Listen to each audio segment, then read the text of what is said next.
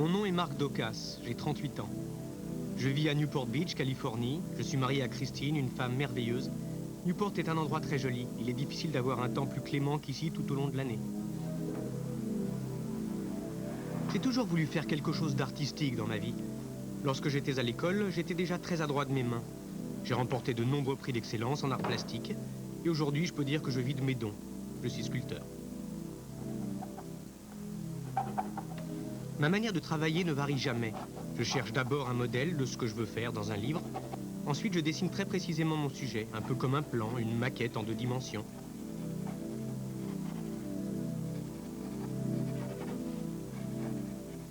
Je fais ensuite un agrandissement de la taille que je souhaite pour réaliser une sorte de patron.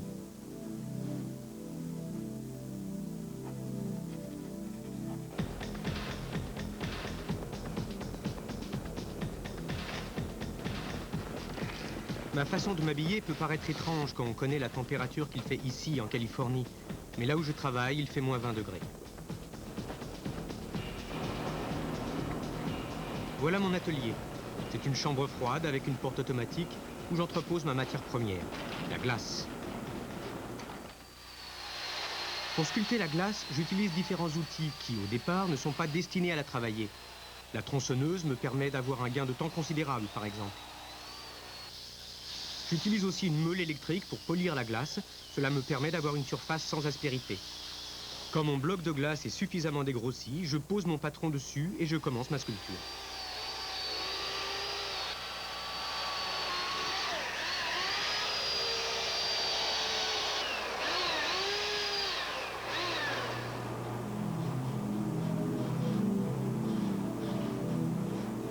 L'utilisation d'outils électriques assez banals, comme la perceuse ou le chalumeau, a surpris beaucoup de monde au départ.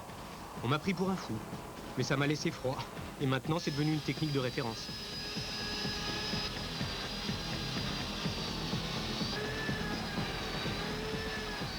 J'ai gagné mon premier titre de champion du monde de sculpture sur glace en battant les Japonais qui gagnaient depuis 25 ans. Et j'ai été 6 fois champion des États-Unis. Quand j'ai commencé à tailler la glace, ça a été très difficile d'en vivre. La clientèle était plutôt glaciale. Mais maintenant, ça va bien. Je travaille pour différents secteurs, comme les hôtels de luxe, ou bien l'industrie du cinéma, Walt Disney, Universal Studios, etc. Je conseille bien sûr à mes clients de garder leur sculpture au frais, s'ils veulent en avoir pour leur argent.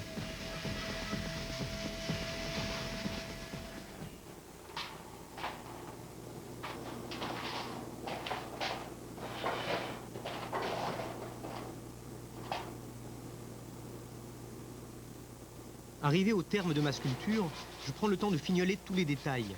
Je la débarrasse de tous les dépôts de glace superflus et je la passe enfin au chalumeau pour lui faire prendre l'aspect du cristal le plus pur, tout en prenant soin de ne pas faire fondre son relief.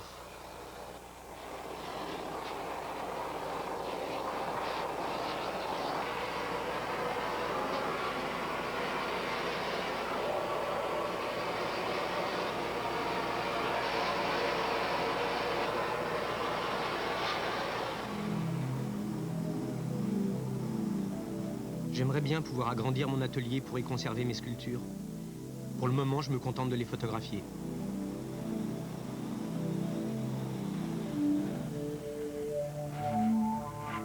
En fin de journée, le parc de Newport Beach est tellement beau, il y a une si belle lumière que je viens souvent y déposer mes sculptures.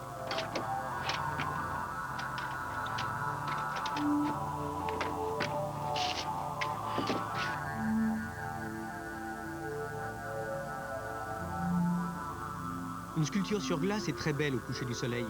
C'est quelque chose que tout le monde devrait voir. La glace est si belle, si éphémère.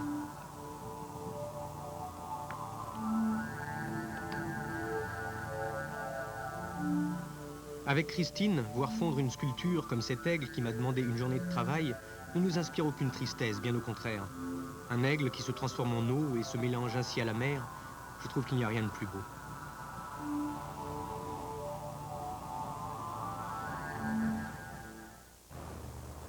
Necromance est ma boutique préférée. Elle se trouve sur Melrose dans le quartier d'Hollywood.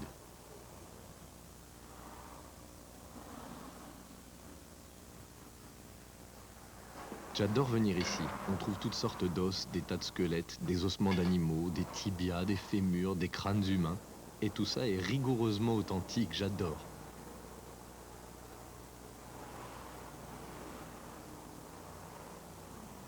Personnellement, j'ai un faible pour les statuettes terrifiantes qui feraient froid dans le dos à la plupart des gens.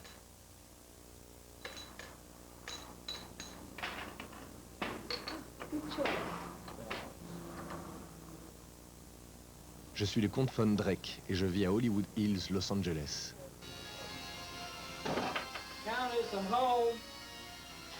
Je vis avec ma compagne, la comtesse Von Drake. Comme moi, elle partage ma fascination pour Halloween, la mort et les choses macabres. Countess, look what I have for you. Where have you been? Shopping. It's beautiful. Oh, look at that baby. You have a face for it? Well, let's see. I think I have just a spot. How about right here, Countess? Yep, that's what I want. Nous nous sommes rencontrés il y a 500 ans. Toute notre existence, nous la consacrons à cultiver notre goût pour la mort. Chaque jour, nous décorons notre maison d'un nouvel objet épouvantable qui vient compléter notre collection démoniaque.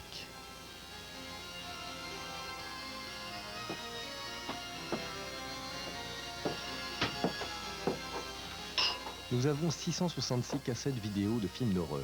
Nous ne les regardons pas toutes, nous avons nos préférés. La Nuit du Démon, Rosemary's Baby, Evil Dead.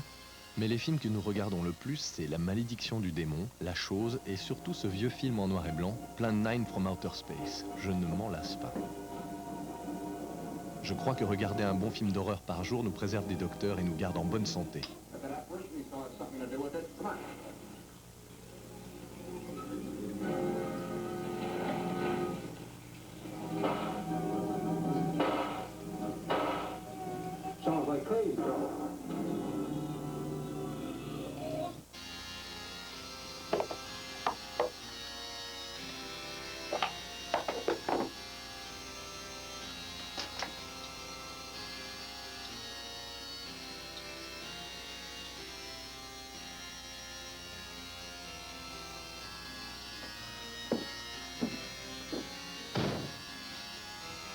Notre voiture est une Cadillac de 1963.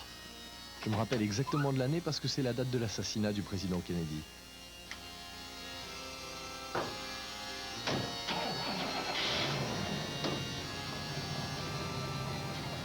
C'est une très belle voiture, elle impose le respect. Les gens se découvrent à notre passage. Elle est très spacieuse et très silencieuse. Un silence de mort, bien sûr.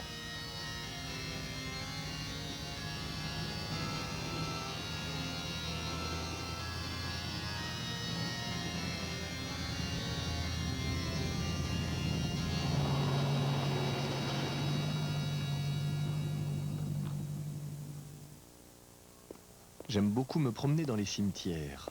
En compagnie de la comtesse, nous déambulons dans les allées à la recherche de modèles de statues ou de tombes à photographier.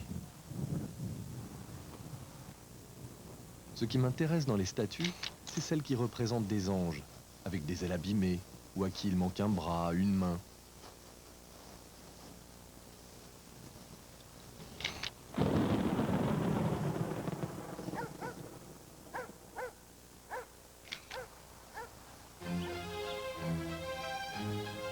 Comte et comtesse Von Drake avons pour mission d'apprendre à chacun que la vie est un grand, un délicieux film d'horreur. Toute notre vie, nous continuerons à chercher un tas d'horribles choses afin de perpétuer l'esprit d'Halloween jusqu'à la fin des temps.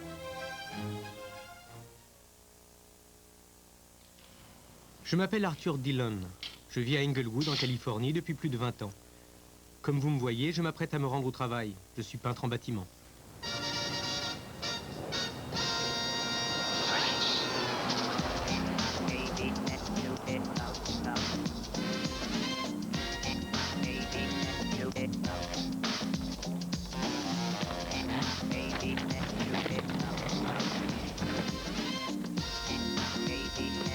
Quand arrive la dernière journée de travail, je m'habille en smoking et je chausse mes rollers pour effectuer les ultimes retouches. C'est une cérémonie pour honorer la nouvelle maison, une sorte de baptême.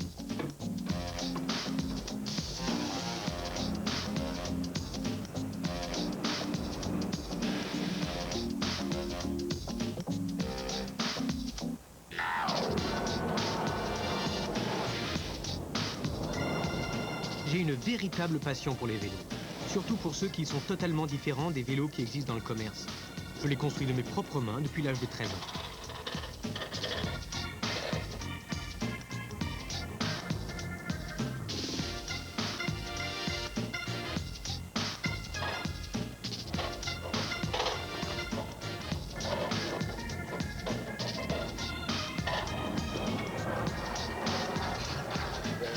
Celui-là, c'est mon monocycle. On se met à l'intérieur de la roue. Il faut avoir un bon équilibre pour l'utiliser. Une fois lancé, on peut atteindre une vitesse de 40 km/h. L'inconvénient, c'est qu'il n'y a pas de frein. Attention à la chute.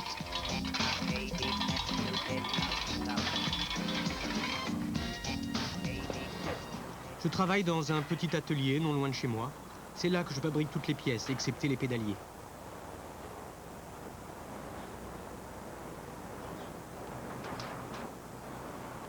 Lui, c'est mon fils, Christopher. C'est lui qui m'a donné l'idée de mon nouveau vélo. Un jour, il m'a dit « Papa, pourquoi tu ne fais pas quelque chose de très, très, très grand ?» Alors je me suis mis à la conception d'un objet roulant non identifié.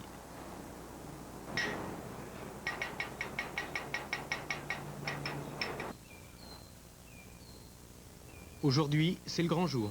J'ai mis une année à mettre au point toutes les pièces, les roues, le cadre, le pédalier. Pour le transport, j'étais obligé de construire une remorque de 5 mètres de long.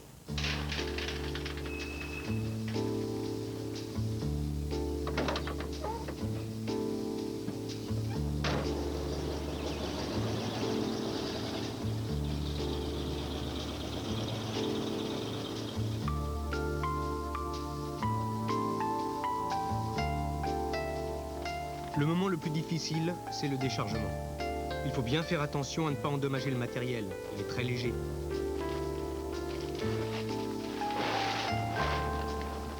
Le diamètre des roues étant vraiment énorme, il était impossible d'utiliser un alliage comme l'aluminium. Elles auraient pesé plus de 100 kg chacune.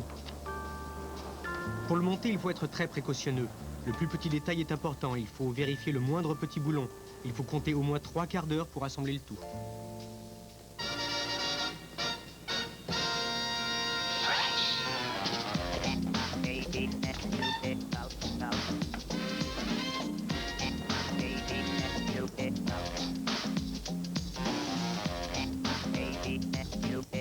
Une grande plage est l'endroit le plus adapté pour manœuvrer ce genre d'engin, surtout si c'est un tricycle géant. Je vous présente le tricycle colossal Dillon, le plus grand tricycle du monde.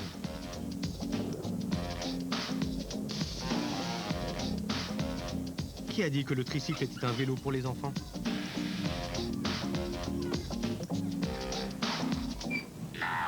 Mon rêve, c'est de figurer un jour dans un film avec mon tricycle.